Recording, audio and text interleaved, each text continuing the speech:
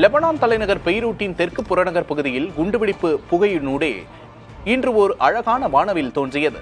Iran உயர் தலைவர் கொல்லப்பட்டதற்கு பதிலடியாக மார்ச் 2 முதல் ஹிஸ்புல்லா அமைப்பு இஸ்ரேல் மீது தாக்குதல் நடத்தி வருகிறது.